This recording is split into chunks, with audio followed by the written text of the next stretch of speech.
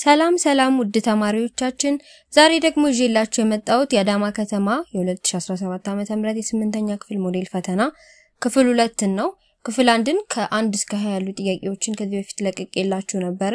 ዛሬ ደግሞ ክፍል 2ን ከ21 ጀምሮ እስከ 40 ያለውን እሰራላችኋለሁ ማለት ነው። አብራችሁን ቆዩ፣ ተከታተሉኝ። ደብተር እስክሪብቶ ይዛችሁ ከኔ ጋር እየሞከራችሁ ብትከታተሉኝ የተሻለ ነው ዝም ብላችሁ ከምታዩ። ምክንያቱም ማትስ ስለሆነ ወይም ሂሳብ ስለሆነ ቢሰራ የተሻለ ነው። እንግዲህ ወደ ጥያቄዎቹ ከመሄዳችን በፊት እንደተለመደው ላይክ፣ ለሌሎች ሰዎች እንዲጠቅም ሼር ማድረግ፣ ሰብስክራይብ ያላደረጋችሁ ወይም ደግሞ ለቻናላችን አዲስ የሆናችሁ ሰዎች ቻናላችንን ሰብስክራይብ ማድረግና ደግሞ እንደዚህ አይነት ቪዲዮ ሲሰሩ እንዲደርሷችሁ የደወል ምልክቱን መጫን አይርሱ። አሁን በቀጥታ ወደ ጥያቄዎቹ እንሄዳለን። 21ኛው ጥያቄ ምን ይላል? የ3 ሁለተኛ ሲደመር 2 ሶስተኛ ጠ እኩል ይሆናል 4 አምስተኛ ጠ ሲደመር 5 ስድስተኛ መፍትሄ ሆኖ የት ነው ይላል። የጠን ቫልዩ ማግኘት የጠን ዋጋ ፈልጉ ነው መፍትሄ ፈልጉ ማለት። ስለዚህ 3 ሁለተኛ ሲደመር 2 ሶስተኛ ጠ እኩል ይሆናል 4 አምስተኛ ጠ ሲደመር 5 ስድስተኛ ነው። ስለዚህ ምን እናደርጋለን? ጠ ያለባቸውን አንድ አይነት ተርም የሆኑትን ባንድ ሳይድ እናደርጋቸዋለን። ባንድ በኩል ማለት ከኩል ይሆናል በፊት ወይም በኋላ፣ ከዛ ቁጥር ብቻ የሆኑትን ደግሞ በአንድ ሳይድ እናደርጋለን። ስለዚህ ጠ ያሉትን ወደ ግራ በኩል እናምጣቸው። 2 ሶስተኛ ጠ ሲቀነስ ይሆናል ይሄ ሲመጣ 4 አምስተኛ ጠ እኩል ይሆናል 5 ስድስተኛ ሲቀነስ ይሄ ሲሄድ ወደዛ 3 ሁለተኛ መቀነስ ይሆናል ማለት ነው። ከዛ እንሰራለን። ይሄን ስንሰራ ምን ይሆናል? ከታች 3 ሲባዛ በ5 15 ነው። ከዛ 5 ሲባዛ በ2 10 ጠ ሲቀነስ 3 ሲባዛ በ4 12 ጠ እኩል ይሆናል 2 ሲባዛ ስንት ነው? 12 2 ሲባዛ በ5 10 ሲቀነስ 6 ሲባዛ በ3 18 ከዛ 10 ሲቀነስ 12 ስንት ነው? 2 ኔጌቲቭ 2 ጠ ኦቨር 15 እኩል ይሆናል 10 ሲቀነስ 18 ኔጌቲቭ 8 ኦቨር 12 ይሆናል ማለት ነው። ከዛ አሁን ጠን ብቻ አይደለም ማስቀረት የፈለግነው፣ ጠን ብቻ እንዲቀርልን ምን እናደርጋለን? ሙሉውን ማለት ነው በኔጌቲቭ 15 ኦቨር 2 እናባዛው እንዲቀለን ማለት ነው። ከዛ ይሄ ኔጌቲቭ 15 ኦቨር 2 ይሄኛውንም ቁጥር ያባዛዋል። ስለዚህ ኔጌቲቭ 2 ጠ ኦቨር 15 ሲባዛ ኔጌቲቭ 15 ኦቨር 2 እኩል ይሆናል ኔጌቲቭ 8 ኦቨር 12 ሲባዛ ኔጌቲቭ 15 ኦቨር 2። ከዛ ይሄ 15 በዚህ ይጠፋል፣ ይሄ 2 በዚህ ይጠፋል፣ ኔጌቲቭም በኔጌቲቭ ይጠፋል፣ ጣ ብቻ ትቀርልናለች። ከዛ በኋላ በ2 1 ይሆናል፣ በ2 4፣ ይሄ በ3 ስንት ይሆናል? 4፣ ይሄ በ3 5። ከዛ ሲባዛ ኔጌቲቭዋ በኔጌቲቭ ይጠፋል። 4 ሲባዛ በ5 20 ይሆናል። 4 ሲባዛ በ1 4 ይሆናል ማለት ነው። ከዛ 20 ሲካፈል ለ4 5። የጠ ዋጋ ስንት ይሆናል? 5 ይሆናል ማለት ነው። ስለዚህ መልሳችን ሐመር ውሃ ይሆናል ማለት ነው። እስኪ እናንተ ደግሞ ይሄንን ጥያቄ ወደ ሌላ ሳትሄዱ ፖዝ አድርጉትና ቪዲዮን አቁሙትና ይሄንን እንደዚሁን እንደሰራው ደግማችሁ ስሩት። የኔን ቪዲዮ ሳታዩ ለብቻችሁ መስራት እስክትችሉ ድረስ ስሩት እየደጋገማችሁ ማለት ነው። እንደዛ ያያረጋችሁ ነው እንጂ ፐርፌክት የምትሆኑት ስላያችሁትና ስለገባችሁ ብቻ ከዛ ፈተና ላይ ሲመጣ መስራት አትችሉም። ግዴታ ሂሳብን መስራት አለባችሁ ማለት ነው። 22ኛው የመስሪያ ክልሉ አውንታ ድፍን ቁጥር ከሆነ ፖዚቲቭ ድፍን ቁጥር ማለት ሙሉ ቁጥር እንደማለት ነው። ድፍን ቁጥር ይለዋል፣ ግን መቁጠሪያ ቁጥር፣ ሙሉ ቁጥር በእንግሊዘኛ ናቹራል ነምበር፣ ሆል ነምበር የምንላቸው ሆል ነምበር ሙሉ ቁጥር ነው የሚባለው፣ እዚህ ጋር ድፍን ቁጥር ይለዋል። ስለዚህ ፖዚቲቭ ድፍን ቁጥር የሆነ ነው መስሪያ ክልሉ ወይም which is ዶሜኑ ማለት ነው። ዶሜኑ የምንለው ወይም መስሪያ ክልሉ ማለት የሚነሳበት። ይሄንን ከሰራን በኋላ ከዛ መስሪያ ክልል ውጭ መፍትሄው መሆን አይችልም። ስለዚህ ይሄ አሁን ምንድነው? አውንታ ድፍን ቁጥር። አውንታ ድፍን ቁጥር ማለት 1 2 3 4 5 6 እያለ የሚቀጥሉ ናቸው። ዜሮ ከሆነ አይሆንም ማለት ነው። መልሳችን ላይ ዜሮ ከሆነ መስሪያ ክልላችን ውስጥ ዜሮ ስለሌለ ዜሮ ምንድናት? አሉታም አውንታም አይደለችም። ወይም ኔጌቲቭም ፖዚቲቭም አይደለችም 0 ማለት ነው። ከዛ ደግሞ -1 -2 -3 -4 እያለ ደግሞ እንደዚህ መልሳችን ቢመጣም አይሆንም ምክንያቱም እነዚህ አሉታ ናቸው። ይሄ አውንታ ነው የሚባለው አውንታም አይደለም 0 ደግሞ ሁለቱንም ያልሆነ 0 ነው። ስለዚህ ግዴታ መልሳችን እዚህ ውስጥ መሆን አለበት። ይሄንን መልስ ስንሰራ ከዚህ ውስጥ ካልሆነ ማለትም ይሄ ይቀጥላል እንደዛ ካልሆነ ኔጌቲቭ ወይ 0 ከሆነ መልሳችን ኢምፕቲ ሴት ይሆናል እንጂ መልስ አይኖረው ማለት ነው። ስለዚህ መስሪያ ክልሉ ግዴታ እዚህ ውስጥ ነው ከተባለን መልሳችንም መሆን ያለበት እዛ ውስጥ ያለ ብቻ ነው ማለት ነው። እስኪ እንስራው ምን ይላል 10 ሲባዛ 4 ጠ ሲቀነስ 6 ያንሳል ወይም እኩል ይሆናል 80 ማለት ነው። ከዛ ይሄንን ለ10 እናካፍለው እንዲቀልልን ጠ ለማስቀረት ይሄ በዚህ ጠፋል ማን ቀረ 4 ጠ ሲቀነስ 6 ያንሳል ወይም እኩል ይሆናል 80 ሲካፈል ለ10 8 ነው። ከዛ 4 ጠ ለማስቀረት 6ን ወደዛ እንወስዳታለን 8 ሲደመር 6 ይሆናል 4 ጠ ያንሳል ወይም እኩል ይሆናል 8 ሲደመር 6 14 ሁለቱንም ለ4 እናካፍለዋለን ከዛ ጠ ይቀርልናል 14 ሲካፈል ለ4 ስንት ይሆናል 3.5 ይሆናል ማለት ነው ስታካፍሉት። ስለዚህ የጠ ዋጋ ከ3.5 ያነሰ ወይም እኩል ይሆናል። መስሪያ ክልላችን ምንድነው? አሁን ይሄን ጥያቄ መስሪያ ክልል ባይኖረው ኖሮ ምን መሆን ይችላል? 3.5 ያነሰ ወይም እኩል ይሆናል አይደለ? 3.5 ማለት እንችላለን። ከዛ 2 1 0 -1 እንደዚህ ይቀጥላል ማለት ይቻላል መስሪያ ክልል ባይኖር ኖሮ ማለት ነው። ግን መስሪያ ክልላችን ምን ተብለላል? አውንታ ድፍን ቁጥር አውንታ ድፍን ቁጥር ማን ናቸው ብለናል? 1 2 3 4 5 እያሉ የሚቀጥሉ ሙሉ ሆነው ማለት ነው። ስለዚህ መልሳችን ከ3.5 ያነሰ ወይም እኩል ሆነ 3.5 አውንታ ነው ግን ድፍን ቁጥር አይደለም በነጥብ ነው። ግዴታ ድፍን ቁጥር ለመባል ወይ 4 ወይ 5 ወይ 3 እንደዚህ ድፍን ቁጥሮች መሆን አለባቸው። ስለዚህ መልሳችን የሚሆነው 3ን ያካትታል 2ንም ይይዛል 1ንም ይይዛል። በቃ ከዚህ በኋላ ያለ የለም ማለት ነው። አውንታ ድፍን ቁጥር ከዚህ የሚያንስ የለም አይደል? ትንሹ አውንታ ድፍን ቁጥር 1 ነው። ስለዚህ 1 2 እና 3 ብቻ ነው መልሳችን የሚሆነው ማለት ነው በመስሪያ ክልሉ መሰረት። ስለዚህ መልሳችን ላይ ይሆናል ማለት ነው። 23ኛው ከዚህ በታች ከተሰጡት አማራጮች ውስጥ ምስስል ያልሆነ የቱ ነው ይላል። ማንኛውም ሁለት ጎነ ሶስቶች ምስስል ሊሆኑ አይችሉም።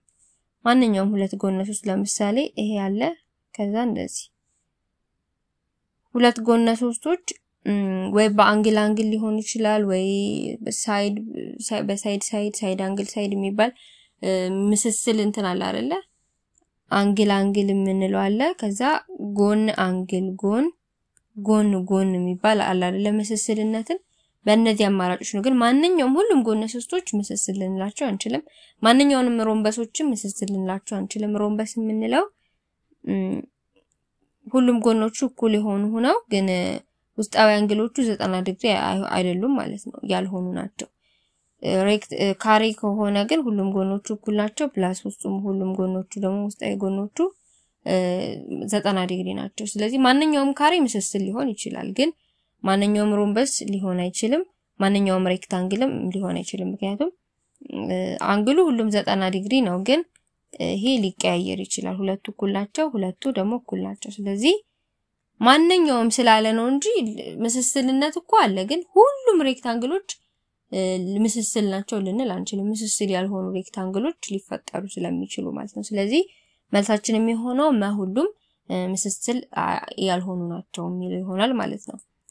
24ኛው የአንድ ጎነ 3 የውስጥ ዘዌ ስፍር ጎነ 3 አለ። ዘዌ የሚለው አንግል ነው፣ ዘዌ ነው የሚባለው እሺ በአማርኛ። የውስጥ ዘዌ ስፍር 2 ጠ ዲግሪ 3 ጠ ዲግሪ እና እዚህ ጋር ደግሞ 4 ጠ ሲቀነስ 9 ዲግሪ። ይሄንን በፈለጋችሁት ቦታ ነው። እዚህ ጋር ከፈለጋችሁ 2 ጠ ዲግሪ የሚለው ማስገባት ትችላላችሁ፣ ግሪሎም እንደፈለገ። ግን ውስጣዊ አንግሎቹ እነዚህ ናቸው ተብለናል። ስለዚህ ትንሹ የውስጥ ዘዌ ስፍር ስንት ነው? ትንሹን ከነዚህ ውስጥ 2 ጠ የሚለው ነው።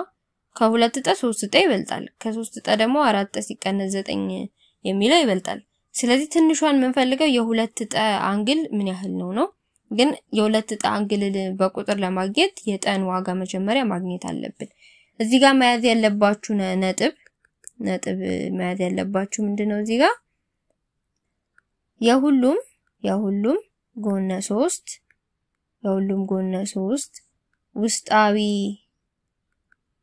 ውስጣዊ ዘዌ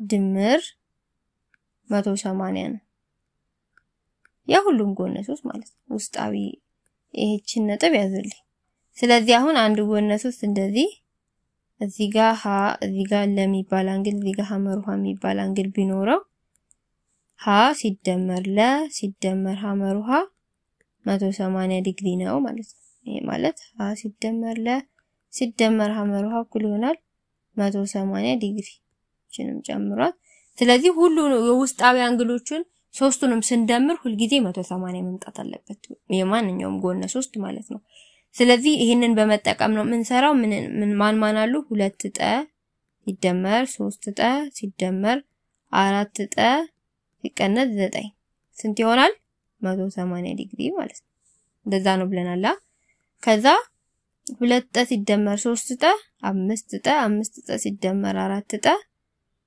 እቺ ከቀንፉ ይወጣል በፕላስ እናባዛው 2 ጠ ሲደመር 3 ጠ ሲደመር 4 ጠ ሲቀነስ 9 እኩል ይሆናል 180 ዲግሪ ነው የሚሆነው ከዛ ሁለቱ ሲደመሩ 5 ይሆናል 5 ሲደመር 4 ደግሞ ስንት ይሆናል 9 ስለዚህ 9 ጠ ሲቀነስ 9 እኩል ይሆናል 180 ዲግሪ 9 ጠ እኩል ይሆናል 180 ሲደመር 9 ከዛ 9 ጠ ዲግሪ ያለው እሺ 180 ሲደመር 9 180 9 ዲግሪ ከዛ ሁለቱንም በ9 እናካፍለዋለን ጠን ለማስቀረት ማለት ነው ከዛ በ9 ስናካፍለው 9 በ9 ይጠፋል ጠ እኩል ይሆናል 18 ሲካፈል ለ9 ሁለት ጊዜ 9 ሲካፈል ለ9 አንድ ጊዜ 21 ዲግሪ ስለዚህ የጠ ዋጋ 21 ዲግሪ ነው ስለዚህ የጠ ዋጋ 21 ዲግሪ ከሆነ ትንሿ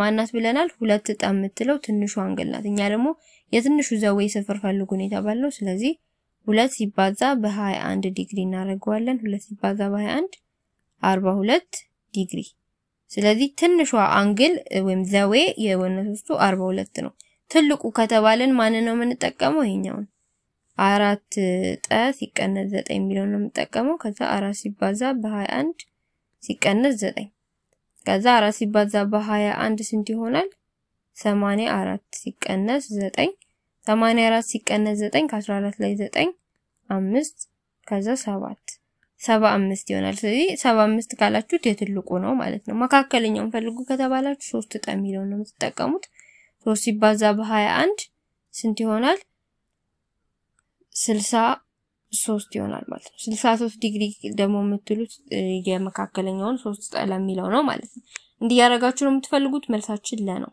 እንደነገርኳችሁ ጥያቄዎቹን ከሰራው እኔ ስሰራ ካያችሁ በኋላ ቪዲዮን ያቆማችሁ ራሳችሁ መሞከር እንዳትረሱ እሺ እሱ በጣም ይጠቅማችኋል 25ኛው ከሚከተሉት ውስጥ የፓይታጎረስ ቁጥር የሆነው የቱ ነው ይላል ፓይታጎረስ መጀመሪያ ምን ማለት ነው ፓይታጎረስ ጎነ 3 ላይ የሚሰራ ህግ ነው ራይት ቀጤ ጎነ 3 ነው ቀጤ ጎነ 3 ማለት 90 ዲግሪ ያለው አንደኛው አንግሉ 90 ዲግሪ ሆኖ ፓይታጎረስ ቴዎሬም ለምፈልግ ለምሳሌ ይሄንን ሀ ብንለው ይሄንን ለ ብንለው ይሄንን ሐመር ውሃ ብንለው ለ ስኩዌር ሲደመር ሐመር ውሃ ስኩዌር እኩል ይሆናል ሀ ስኩዌር ይሄ ነው ፓይታጎረስ ቴዎሬም ስለዚህ ሁሉ ጊዜ ይሄ የሀ ዋጋ ወይም ይሄኛው ሃይፖቴነስ እንለዋለን ይሄ የተጋደመው ቁጥር ትልቅ ነው የሚሆነው ከሃና ከሐመር ውሃና ከላይ ይልቅ የሀ ዋጋ ሁሉ ጊዜ ትልቅ ይሆናል ማለት ነው ስለዚህ ፓይታጎረስ ቁጥር ናቸው አይደለም የሚለውን ለማሟላት ሀ እዚህ ጋር ያለ ፎርሙላው በሀ ቦታ ላይ ትልቁን ቁጥር 13ን ታረጋላችሁ በለና በሐመር ውሃ ቦታ ላይ እነዚህን በመቀየር መጠቀም ትችላላችሁ የ9ን ወይ 12ን ቢቀያየሩም ችግር ስለሌለው ማለት ነው ስለዚህ ፎርሙላው እንደዛ ነው ስለዚህ ይሄንን ህግ ያሟላሉ ወይ ለምሳሌ አሁን አንድ ምሳሌ ብሰጣችሁ የለ ዋጋ ለምሳሌ 3 ቢሆን የሐመር ውሃ ዋጋ 4 ቢሆን የሀ ዋጋ ስንት ይሆናል 5 ይሆናል እስኪ እናረጋግጥ እንዴት ነው 3 ስኩዌር ሲደመር 4 ስኩዌር እኩል ይሆናል 5 ስኩዌር። ይሄ እኩል ናቸው ወይ የሚለውን እናረጋግጥ። 3 ስኩዌር 9 ሲደመር 4 ስኩዌር 16 እኩል ይሆናል 5 ስኩዌር 25። 9 ሲደመር 16 25 እኩል ይሆናል 25። ስለዚህ 25 ከ25 ጋር እኩል ነው። ይሄኛው ተደምሮ 25 መጣ፣ 5 ስኩዌርም ሲሆን 25 መጣ፣ ልክ ነው። እንደዚህ አድርገን ነው የምናረጋግጠው ማለት ነው። ስለዚህ በዚህ ምሳሌ መሰረት እናረጋግጣለን። የሃን ስናረጋግጥ 9 ስኩዌር ሲደመር 12 ስኩዌር እኩል ይሆናል 13 ስኩዌር። እንደነገርኳችሁ ከእኩል ይሆናል በኋላ የምታረጉት ቁጥር ከሶስቱ ትልቁን ነው። እሺ ትልቁን ነው። 9 ስኩዌር 81 ነው ሲደመር 12 ስኩዌር 144 ነው። 13 ስኩዌር 169 ነው። ስኩዌር ማለት 13 ሲባዛ 13 ለምስ እንደዛ ነው። ራሱ በራሱ ሲባዛ እንደማለት ነው። ከዛ እንደምረዋለን 81 ሲደመር 144 1 ሲደመር 4 5 ነው። 8 ሲደመር 4 12 አንድ አለን። ከዛ 225 225 እና 169 እኩል አይደሉም አይደል? እነዚህ እኩል አይደሉም። ስለዚህ ሀ መልሳችን አይደለም ማለት ነው። ፓይታጎረስ ቁጥር አይደለም። ከዛ ለን ደግሞ እንሰራለን። ትልቁ ቁጥር 15 ነው። ስለዚህ መጨረሻ ላይ እሱ ነው የሚሆነው። 11 ስኩዌር ሲደመር 9 ስኩዌር እኩል ይሆናል 15 ስኩዌር ጋር እኩል መሆኑን እናረጋግጣለን። 11 ስኩዌር 121 ሲደመር 9 ስኩዌር 81 እኩል ይሆናል 15 ስኩዌር 225። ከዛ በኋላ ሁለቱን ስንደምራቸው 1 ሲደመር 1 2 2 ሲደመር 8 10 0 ጽፈን አንድ አለን። 1 ሲደመር 1 2 202 225 እኩል አይደሉማ። የኛው መልስ አይደለም ማለት ነው። የሐመሩ ሐስ ትልቁ ማን ነው? 41 9 ስኩዌር ሲደመር 40 ስኩዌር እኩል ይሆናል 41 ስኩዌር። 9 ስኩዌር 81 ነው። 40 ስኩዌር ደግሞ 1600። 41 ስኩዌር 1681 ነው። ስታባዙት ይመጣላችኋል። ከዛ በኋላ 81 ሲደመር 1600 1681 እኩል ይሆናል 1680። ሁለቱ እኩል ናቸው። ስለዚህ ይሄ ፓይታጎረስ ቁጥር ነው ማለት ነው። ምን ደግሞ ምን እንስራው? ትልቁ 10 ነው። 7 ስኩዌር ሲደመር 8 ስኩዌር እኩል ይሆናል 10 ስኩዌር። 7 ስኩዌር 49 ነው። ከዛ 8 ስኩዌር ደግሞ 64 ነው። 10 ስኩዌር 100 ነው። 49 ሲደመር 64 9 ሲደመር 4 13 አንድ አለን። 1 ሲደመር 4 5 5 ሲደመር 6 11 እኩል ይሆናል 100። 113 ከ100 ጋር እኩል አይደለም። ስለዚህ ይሄም አይሆንም።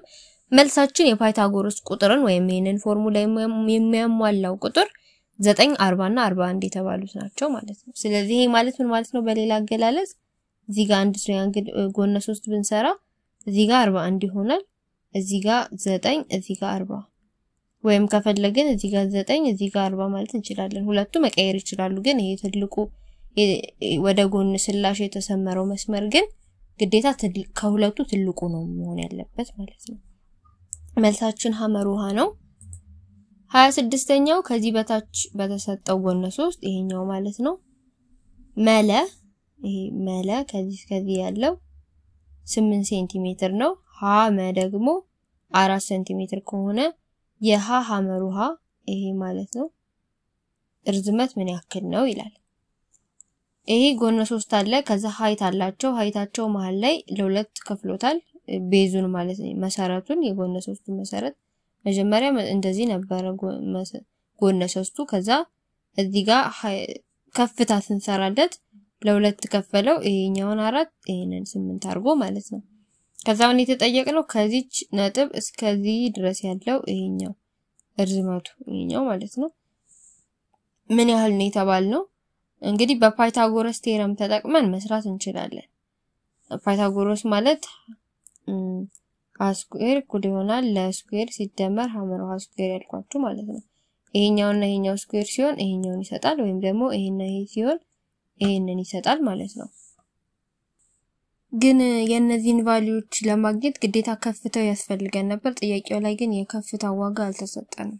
ስለዚህ አንድ ነገር ይጎለዋል። ወይ የዚህኛው ሃይፖቴነስ ዋጋ መስጠት አለበት ወይ ከፍታው መስጠት አለበት። ካለዛ ይሄንን ለማግኘት አይቻልም ማለት ነው በእነዚህ ብቻ ተጠቅሞ። ስለዚህ ጥያቄው ተሳስቷል ወይም ደግሞ ሶልቭ ያደረጋችሁት ልጆች ካላችሁ ኮሜንት ሴክሽን ላይ አሳውቁኝ በእንደዚህ አይነት መልኩ ሶልቭ ማድረግ እንችላለን ብላችሁ ግን እኔ እስከማውቀው በእነዚህ ብቻ ተጠቅመን ሶልቭ ማድረግ አንችልም ማለት ነው 27ኛው በአንድ ትምህርት ቤት ውስጥ 600 ተማሪዎች ቢኖሩ ከወንድ ወደ ሴት ንጽጽር 2-3 ቢሆን የወንድ ተማሪዎች ብዛት ስንት ይሆናል በአጠቃላይ ጠቅላላ ተማሪ 600 ቢሆን ከዛ ከወንድ ወደ ሴት ንጽጽር ወንድ ሴት ንጽጽር ምን ይሆናል 2-3 በሌላ አገላለጽ 2/3ኛ እንደማለት ነው ስለዚህ የሴቶቹ ቁጥር የበለጠ ነው ከወንዶቹ ምክንያቱም የወንዶቹ 2 እጥፍ ነው የሴቶቹ 3 እጥፍ ማለት ነው 2/3 ንጽጽር ስለዚህ የወንድ ተማሪዎችን ብዛት ነው የምንፈልገው ምን እናደርጋለን ተለዋዋጭ ቁጥር እንተካበት 2 ሀ እንበለው ሲደመር 3 ሀ 600 ነው በአጠቃላይ ስለዚህ የወንድ ተማሪዎች 2 ሀ ነው አይደለ ከወንድ ወደ ሴት አይደል ንጽጽሩ የወንድ ተማሪ ለማወቅ የሃን ዋጋ መጀመሪያ ማወቅ አለብን ሁልጊዜ ንጽጽር ተሰጣችሁ ከዛ የዚህን ቫልዩ አገኙ ከተባላችሁ ምንድነው የምታረጉት ተለዋዋጭ ቁጥር ወይም ቫሪያብል ተተኩና መስራት ማለት ነው ሁለቱስ እንደምረው 5 ሀ ይሆናል 600 ከዛ ሲካፈል ለ5 ሀ ለማስቀረት 5 በ5 ይጠፋል ሀ እኩል ይሆናል 600 ለ5 60 በ5 12 ነው ከዛ 0 እንጨምራታለን ስለዚህ የሀ ዋጋ 120 ነው የሀ ዋጋ 120 ከሆነ ምን እናደርጋለን የወንዱ 2 ሀ አይደለ 2 ሲባዛ 120 ማለት ነው ከዛ 240 ይሆናል የወንድ ተማሪ ብዛት 240 የሚለው ሀ ነው የሚሆነው መልሳችን ግን የሴት ተማሪዎች ብዛት ብትባሉ ኑሮ 3 ሀ ነው የምትሰሩት 3 ሲባዛ በ120 ከዛ ምን ይሆናል 3 ሲባዛ በ120 36 0 360 ይሆናል ስለዚህ የሴት ተማሪዎች ብዛት ነው ማለት ነው ያ ደግሞ የወንድ ስለዚህ መልሳችን የሚሆነው ሀ ነው ማለት ነው የ28ኛው ጥያቄ ከሚከተሉት ውስጥ የባዶ ስብስብ ምሳሌ የሆነው የቱ ነው ይላል ሀ የመቁጠሪያ ቁጥሮች ስብስብ ይሄ ባዶ ስብስብ አይደለም ባዶ ስብስብ ማለት ምንም አባል የሌለው ማለት ነው በሁለቱ ምልክት ሊገለጽ ይችላል ይሄ ማለት 1 2 3 4 እያለ የሚቀጥል ስብስብ ነው ስለዚህ ባዶ አይደለም ለደግሞ በ3 እና በ4 መካከል ያሉ ድፍን ቁጥሮች ስብስብ ይላል እንግዲህ ድፍን ቁጥር የምንላቸው 1 2 3 100 ሊሆን ይችላል 11 15 እነዚህ ሙሉ ቁጥሮች በነጥብ ወይም በክፍልፋይ ያልተቀመጡ ማለት ነው በ3 እና በ4 መካከል ሌላ ድፍን ቁጥር የለም 3 ብለን 4 ነው የምንለው ስለዚህ በ3 እና በ4 መካከል ያሉ ድፍን ቁጥሮች የሚለው ባዶ ነው ማለት ነው የለም እንደዛ አይነት ስለዚህ ይሄ ባዶ ስብስብ ነው ሐመሩሃ የሙሉ ቁጥሮች ስብስብ ሙሉ ቁጥሮች የምንላቸው ደግሞ ከዜሮ የሚጀምሩ ናቸው ከመቁጠሪያ ቁጥር የሚለዩት ከዜሮ ስለሚጀምሩ ነው ማለት ነው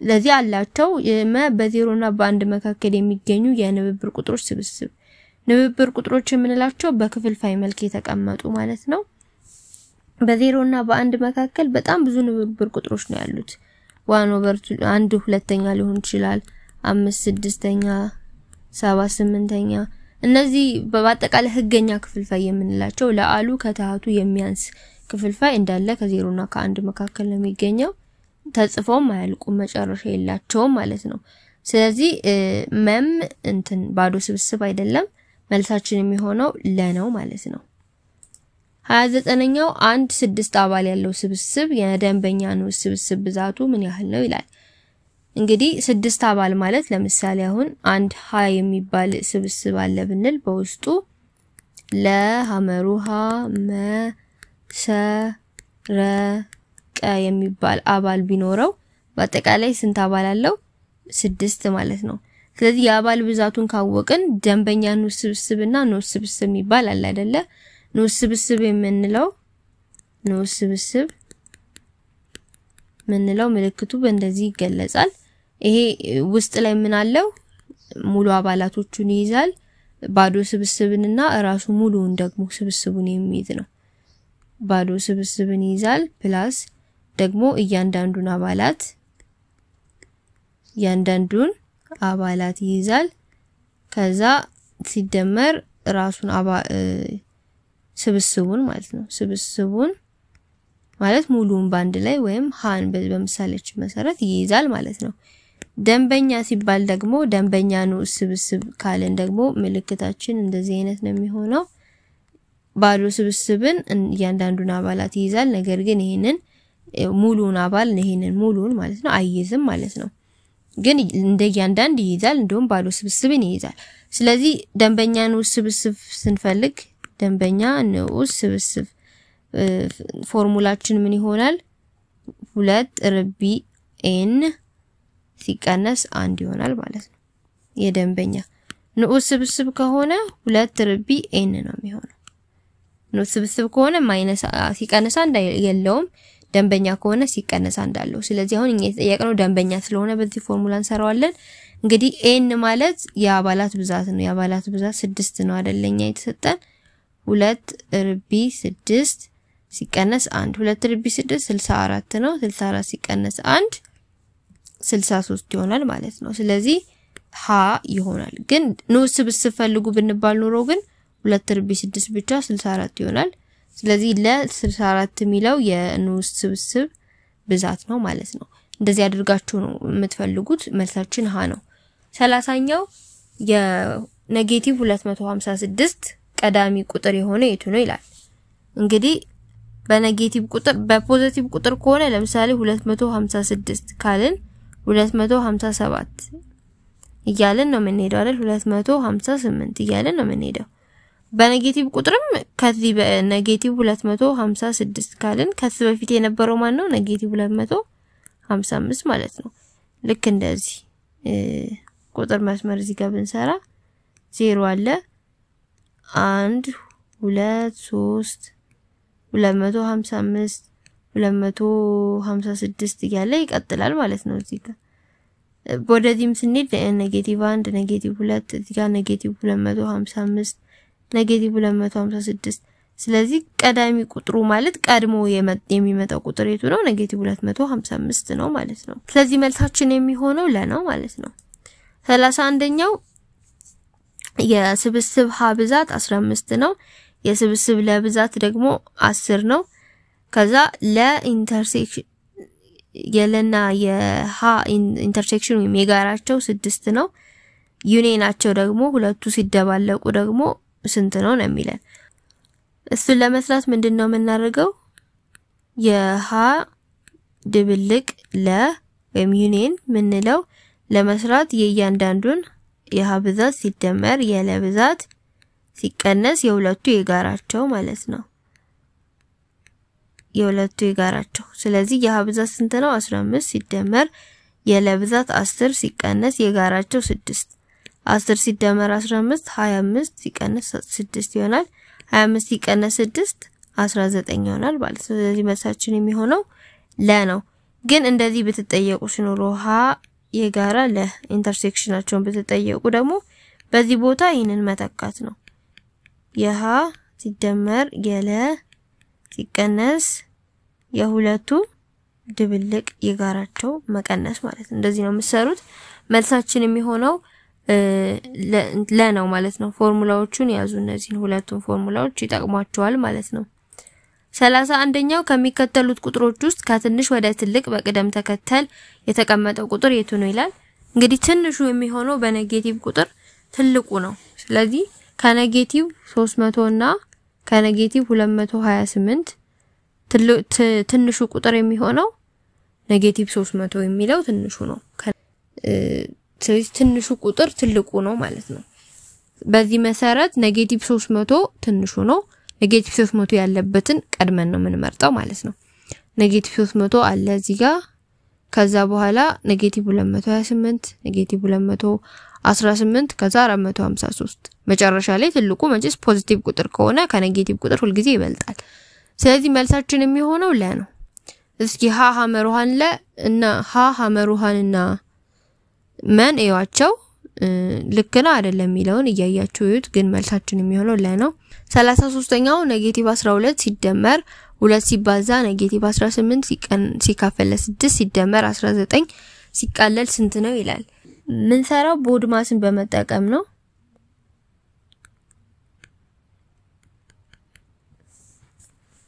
ቦድማስ ማለት ምንድነው? ብራኬት መጀመሪያ ከዛ ዲቪዥን ወይም መልቲፕሊኬሽን ካለ ከዛ አዲሽን ወይም ሰብትራክሽን።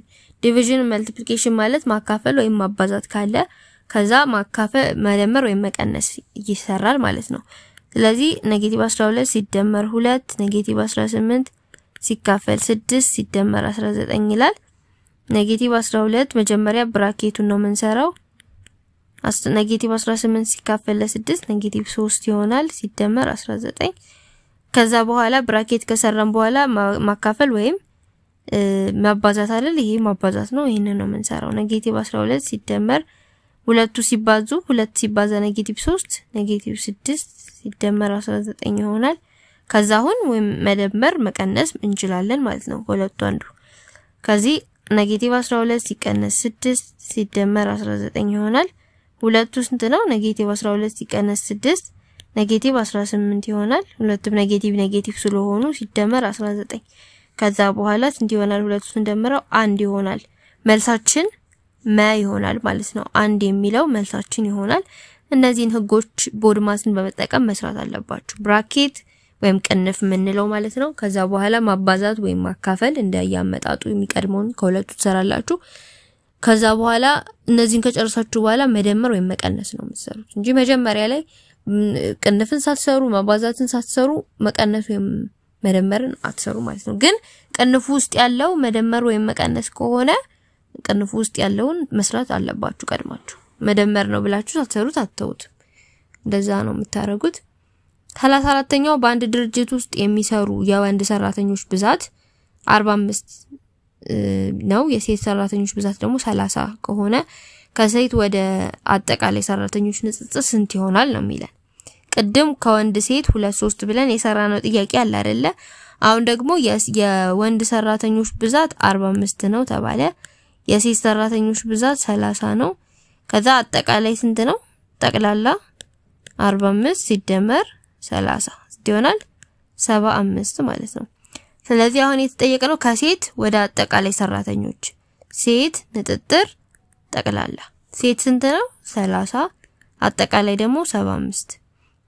ይሄ ንጥጥር ማለት በሌላ አገላለጽ እንዴት ነው ብያችኋለሁ? በክፍልፋይ መልክ። ከዛ አሁን ይሄንን ማቃለል አለብን ምርጫው ላይ ያሉት ቁጥሮች እንዲመጡልን። ሁለቱንም እስኪ ለ5 እናካፍለው። 30 ሲካፈል ለ5 6 ይሆናል። 75 ሲካፈል ለ5 15 ይሆናል። ከዛ 6 15ኛ ሚል የለም አሁንም። ስለዚህ ሁለቱንም ለ3 እናካፍለው። 6 ለ3 2 ይሆናል። 15 ለ3 4። መልሳችን ለነው ማለት ነው። 35ኛው በነጥብ ሀ3 7 እና ለ4 9 ውስጥ የሚያልፈው መስመራዊ እኩልነት አረፍተ ነገር የሆነው የቱ ነው ይላል። ይሄንን ለመስራት ምንድነው? ይሄ የመጀመሪያው የጠ ዋጋ ነው። የሁለተኛው የየ ዋጋ ነው። የመጀመሪያው ጠ፣ ሁለተኛው የየ ዋጋ ነው። ስለዚህ እንተካና ሁለቱንም ተክተን ልክ የሆነውን ነው የምንወስደው። ሀ ላይ እንተካ። የየ ዋጋ 7ን እንተካ ለሃ ማለት ነው። እኩል ይሆናል 2 ሲባዛ የጠ ዋጋ 3 ሲደመር 1። በዚህ በኩል 7 ነው። ይሄንንም ሰርተን 7 መምጣት አለበት። 2 ሲባዛ 6 7 7 ሲደመር 2 ሲባዛ 3 6 6 ሲደመር 1 7 እኩል ይሆናል 6 ሲደመር 1 7 7 እኩል ይሆናል 7። ይሄ ልክ ነው። ግን በሁለቱም ነው በሃም በለም ነው የተባልነው። ለለም እንተካለን። እሺ የዋጋ 9 ነው። እኩል ይሆናል 2 ሲባዛ በዚህ ማለት ነው የምንሰራው ነው አቃችሁታላ። 2 ሲባዛ የጠ ዋጋ 4 ሲደመር 1 2 ሲባዛ 4 8 ሲደመር 1 ከዛ 8 ሲደመር 1 9 9 እኩል ይሆናል 9ም ልክ ነው። ስለዚህ በሃም በለም ልክ ነው የሚያልፈው መስመራዊ እኩልነት አረፍተ ነገር ሀ ሊሆን ይችላል ማለት ነው።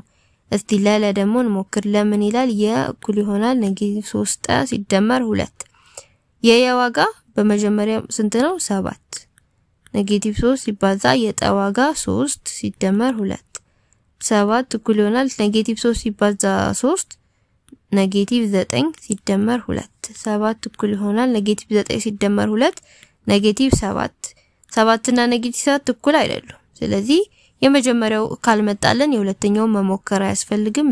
አይሆንም ማለት ነው። ከዛ በኋላ ሐመር ውሃን ነው የምንሰራው። የእኩል ይሆናል 2 ጠ ሲቀነስ 1 የመጀመሪያ ሀ ላይ ስንት ነው 7 እኩል ይሆናል 2 ሲባዛ 3 ሲቀነስ 1 7 እኩል ይሆናል 2 ሲባዛ 3 6 ሲቀነስ 1 7 እኩል ይሆናል 5 5 እና 7 እኩል አይደሉም ስለዚህ ይሄኛውም አይሆንም ከዛ መ ነው መ ደግሞ የእኩል ይሆናል 3 ጠ ሲደመር 2 የስንት ነው 7 3 ሲባዛ 3 የጠዋጋ 3 አይደለ ሲደመር 2 3 ሲባዛ 3 9 ሲደመር 2 7 እኩል ይሆናል 9 ሲደመር 2 11 7 እና 11 እኩል አይደሉም ስለዚህ የመም አይሆንም ሁለቱንም የሚያሟላው ሀ ነው 36ኛው የአንድ ጎነ 3 የውስጥ ዘዌ ስፍር በንጥጥር 1 2 3 ከተሰጠ የዚህ ጎነ 3 አይነት ምንድነው ይላል የጎነ 3 አይነት ምን አይነት ጎነ 3 ነው እንግዲህ የአንግሎቹ ልኬት ሁሉም የተለያየ ነው የውስጥ ዘዌ ስፍራቸው አንድ አይነት ቁጥር እንዳልሆነ አውቀናል ስለዚህ አሁን ለምሳሌ እንደዚህ ጎነ 3 ሆኖ ይሄና ይሄ እኩል ቢሆን ጎናቸው እዚህ ጋርና እዚህ ጋር የሚፈጠረው ዘዌ አንድ ነው የሚሆነው እንደዚህ አይነት ከሆነ ሁለት ጎነ እኩል ጎነ 3 ይሆን ነበር ግን 1 2 3 ነው ንጥጥራቸው ሶስቱም የተለያየ ነው ስለዚህ ሀ እንደማይሆን አውቀናል ማለት ነው ግዴታ ሀ ለመሆን ለምሳሌ 1 1 3 ቢሆን ሀ ሊሆን ይችላል ሁለት እኩል ጎነ 3 ወይም ደግሞ 2 2 1 ቢሆን ሁለቱ ብቻ ከሶስቱ ሁለቱ እኩል ከሆነ ዘዊያቸው ጎናቸውም እኩል ነው የሚለውን ይይዛል ስለዚህ ሁለት ጎነ እኩል ጎነ 3 ይሆን ነበር ግን ሶስቱም የተለያየ ነው ስለዚህ ምን እንደሆነ ለማወቅ ግዴታ የአንግል መጠኑን ማወቅ አለብን ስለዚህ በንጥጥር ከተቀመጠ ምንድነው ተለዋዋጭ ተክተን እንሰራለን ብያችኋለሁ የጎነ 3 ደግሞ የውስጥ ዘዌ ስፍር ሀ ለ ሐመሩሃ ብንለው ሀ ሲደመር ለ ሲደመር ሐመሩሃ ስንት ነው ብያችኋለሁ 180 ዲግሪ ነው ብያችኋለሁ አይደለ ስለዚህ ምን እናረጋለን ተለዋዋጭ እንፍጠር ለምሳሌ ጠ እንበለው ተለዋዋጭ ከዛ ጠ አንድ ጠ ማለት ነው ሲደመር 2 ጠ ሲደመር 3 ጠ እኩል ይሆናል 180 ዲግሪ አንድ ጠ ማለት ጠ ነው ስለዚህ ጠ ሲደመር 2 ጠ 3 ጠ 3 ጠ ሲደመር 3 ጠ 6 ጠ እኩል ይሆናል 180 ዲግሪ ማለት ነው ሁለቱንም ለ6 እናካፍለው ጠ እኩል ይሆናል 180 ሲካፈል ለ6 30 ዲግሪ ይሆናል ማለት ነው ስለዚህ የመጀመሪያው አንግል ጠ ስንት ይሆናል 30 ዲግሪ የመጀመሪያው አንግል 30 ዲግሪ ሁለተኛው 2 ጠ ደግሞ የተባለው ስንት ነው 2 ሲባዛ በ30 60 ዲግሪ ይሆናል ከዛ ሶስተኛው 3 ጠ ይላል 3 ሲባዛ በ30 90 ዲግሪ ይሆናል ስለዚህ አንግል 90 ዲግሪ ካለው ምን አይነት ጎነ 3 እንደሆነ እናውቃለን እንዴት ነው የሚሆነው እንደዚህ ነው የሚሆነው እዚህ ጋር 90 ዲግሪ ነው እዚህ ጋር 30 ሊሆን ይችላል ከዛ እዚህ ጋር 60 ከሁለቱ አንዱ መቀየር ይችላል ግን 90 ዲግሪ እዚህ ጋር ነው እኔ በእንግሊዘኛ ስለሆነ የተማርኩት ብዙ ጊዜ እነዚህን ቃላቶች ቀጤ ጎነ 3 ሹል ዘዌ ምናምን የሚሉት ብዙም እየተረዳሁት አይደለም ግን ዴፊኒሽኑን ያያቸው ቀጤ ምን አይነት ነው ሹል ዘዌ ጎነ 3 ምን አይነት ነው የሚለው እኔ መጻፉ ስለሌለ ነው ያዳማ ማለት ነው በአማርኛ ያለው እሱን ይዩት ግን የምትሰሩት በእንደዚህ አይነት መንገድ ነው እሺ አንግሎቹን ፈልጋችሁ ነው የምትሰሩት ፋይናሊ ግን ሐመሩሃ ይሁን መ የሚለውን ለማወቅ ዲፋይን ማድረግ አለብኝ ሁለቱን በአማርኛ አላቀውም እኔ ብዙ ጊዜ በእንግሊዘኛ ነው ወርዶቹ ትንሽ ይከብዳሉ በአማርኛ ስለዚህ ዴፊኒሽኑን እዩትና መልሱን እዩት እኔ የሚመስለኝ ሐመሩሃ ነው ቀጤ ጎነ 3 ከቃሉ እንደምረዳው ግን ላይሆን ይችላል ምናልባት ሹል ዘዌም ሊሆን ይችላል ሶስቱም ሹል አንግል የምንላቸው ከ90 ዲግሪ ያነሱ አይደለ ስለዚህ ሹል ዘዌም ሊሆን ይችላል ግን አይ ቲንክ ቀጤ ጎነ 3 የሚለው የሚያስኬድ ይመስለኛል ወርዶቹ ትንሽ ግራ ስለገቡኝ ነው አማርኛ ስለሆነ መጻፋችሁ ላይ እዩት ማለት ነው የምትሰሩት በእንደዚህ አይነት መንገድ ነው 37ኛው የአንድ ክብ ዲያሜትር ክብ አለ ከዛ እዚህ ጋር እምብርት አለ ዲያሜትር በእምብርቱ የሚያልፍ መስመር ነው ትልቁ አውታር ነው የክብ ትልቁ ረጅሙ አውታር ዲያሜትር ይባላል ዲያሜትራችን 10 ሴንቲሜትር ነው የሚለው ከዛ ስፋቱ ምን ያክል ነው እንግዲህ ዲያሜትር እንደዚህ ከሆነ ስፋት ማለት የክብን ፓይ አር ስኩዌር ነው የምንጠቀመው አይደለ ፎርሙላችን ፓይ ሬዲየስ ስኩዌር ሬዲየስ ደግሞ ዲያሜትር ሲካፈል ለ2 ሬዲየስ ነው። ዲያሜትራችን 10 ነው። 10 ሲካፈል ለ2 5 ሬዲየሳችን 5 ይሆናል ማለት ነው። ስለዚህ የክቡን ስፋት ለመፈለግ ፓይ 5 ስኩዌር 25 ነው። 25 ፓይ ሴንቲሜትር ስኩዌር ይሆናል ማለት ነው። ስለዚህ 25 ፓይ ሴንቲሜትር ስኩዌር የሚለው ላይ ይሆናል። ቀጥታ ዲያሜትሩን 10 ሴንቲሜትር የሚለውን ተጠቅማችሁ ግን ክቡን ብትፈልጉት ሀ ነው የሚመጣባችሁ። 10 ስኩዌር 100 ስለሆነ በእንደዛ እንዳሰሩት ዲያሜትር ሬዲየስ የሚለውን ማጣራት አለባችሁ። ፎርሙላችን ላይ ያለው ሬዲየስ ነው። እኛ ግን የተሰጠን ዲያሜትር ነው። ስለዚህ ዲያሜትሩን አካፍለን ለ2 ማግኘት እንችላለን። 38ኛው ከዚህ በታች ከተሰጡት ጥጥር ምስሎች ውስጥ ገጸ ጎኖቹ ጎነ 3 የሆነው የቱ ነው ይላል። የተሰጠ ጥጥር ምስል አለ። ከዛ ገጸ ጎኖቹ ጎነ 3 የሆነ ፕሪዝም 2 መሰረት ያለው ነው። ለምሳሌ አሁን ይሄ ያሁን ጎነ 4 ፕሪዝም ነው። ጎነ በመሰረቱ ነው ስሙን ምን ሰይመው መሰረቱ ጎነ 4 የሆነ ፕሪዝም ነው። ገጾቹ ሁሉ ጊዜ ጎነ 4 ነው የሚሆኑት። ጎነ 3 ፕሪዝምም መስራት እንችላለን። ጎነ 3 ፕሪዝምም የገጽ ወይም ደግሞ የጎን ገጾቹ ጎነ 4 ነው የሚሆኑት እንጂ ጎነ 3 አይሆንም። ፒራሚድ ደግሞ ከታች ብቻ ያለው ነው። ለምሳሌ እንደዚህ ቢሆን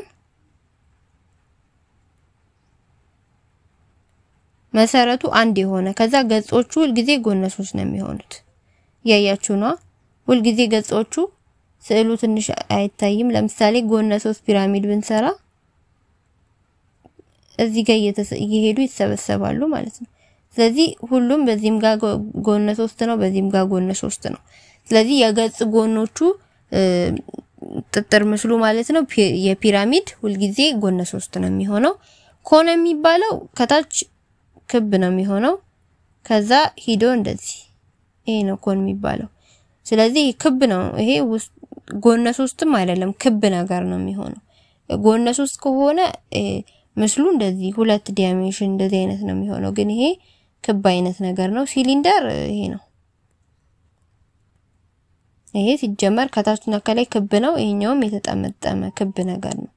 አራት ማዕዘን ነው ዞሮ። ስለዚህ ሁሉ ጊዜም የገጽ ጎኖቹ ጎነ 3 የሚሆነው ፒራሚድ ነው ማለት ነው። ፒራሚድ ነው።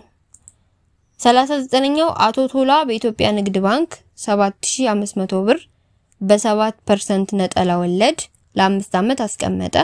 አቶ ቶላ ከ5 አመት በኋላ የሚያገኘው ወለድ ስንት ነው ይላል። ስለዚህ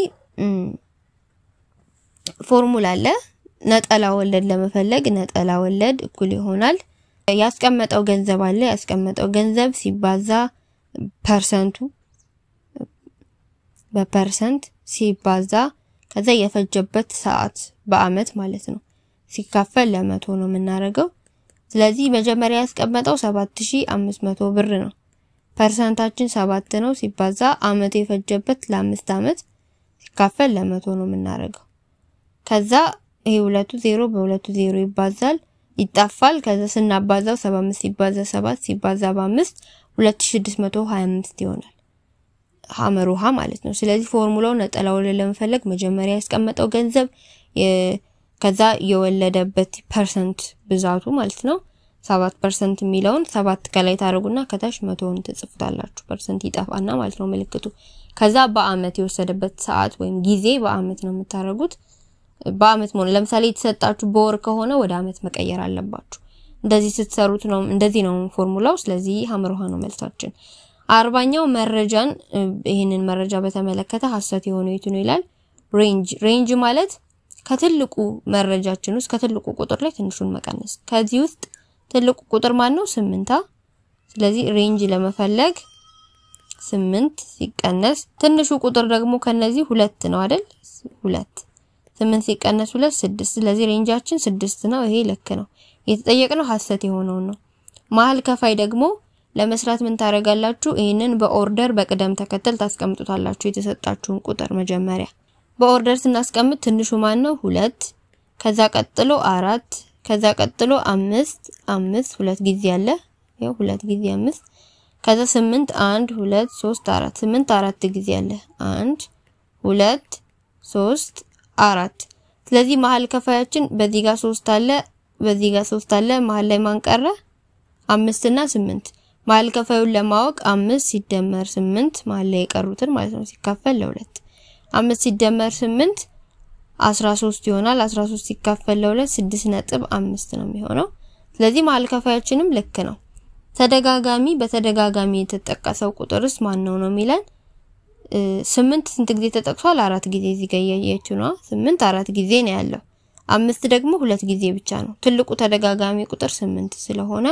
8 እና 5 አይደለም 8 ብቻ ነው የሚሆነው መልሱ ይሄ ልክ አይደለም ደግሞ አማካኙ ስንት ነው አማካኝ ደግሞ ሁሉንም እንደምርና ለብዛታቸው ማካፈል ነው ብዛቱ ስንት ነው 1 2 3 4 5 6 7 8 በአጠቃላይ 8 ናቸው ከዛ እንደምራቸዋለን 8 ሲደመር 4 ሲደመር 5 ሲደመር 8 ሲደመር 5 ሲደመር 8 ሲደመር 8 ስለዚህ 8 ስንደምራቸው እነዚህን በአጠቃላይ ስንደምራቸው ስንት ይሆናል 48 ይሆናል ደምሯቸው ከዛ ሲካፈል ለ8 ስንት ይሆናል 6 ማለት ነው ስለዚህ አማካኛችንም 6 ነው የሚሆነው ልክ ያልሆነው ሐመርዋ ነው ተደጋጋሚው 8 ነው ሁለቱም 8ም 4 ጊዜ 5ም 4 ጊዜ ወይም ደግሞ 5ም 2 ጊዜ 8ም 2 ጊዜ ቢሆን እኩል ጊዜ የተደጋገሙ ቢሆን መልሳችን 8ም 5ም ይሆን ነበር ግን በብዛት የተደጋገሙ 8 ስለሆነ